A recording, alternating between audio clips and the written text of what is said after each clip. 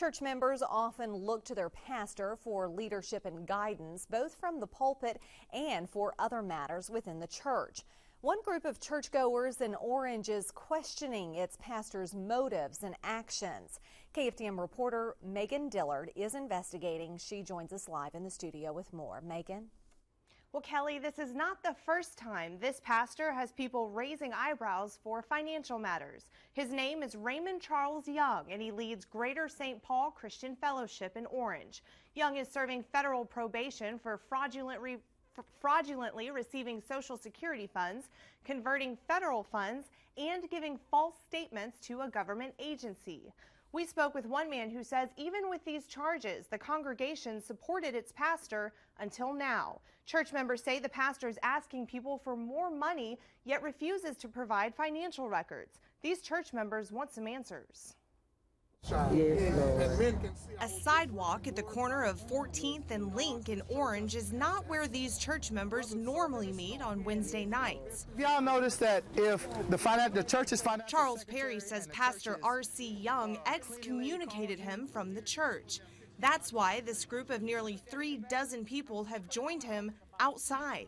Every attempt that I've made to gain access to any of the church's finances have been blocked. Some church members formed a trustee board to learn more about the church's financial records. Perry asked the pastor for this information. Perry says Young refused to hand over any paperwork. We're making an attempt to gain access to our finances and actually have our church be a part of what goes on. So tonight, Perry and others who are fed up held a vote.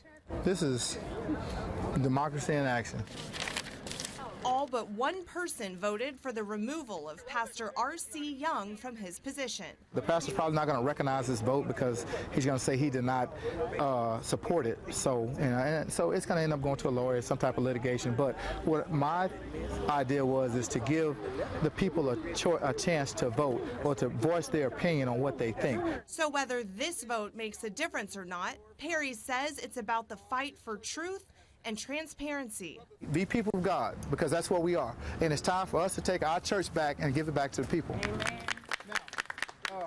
Now, So, Megan, why did these people start questioning what the church's finances were? Well, they started to see that some of the salaries in the church were being paid in cash with no record of that. And then there are also some things that are written into the church bylaws, like the pastor's home, his car, his phone, his insurance.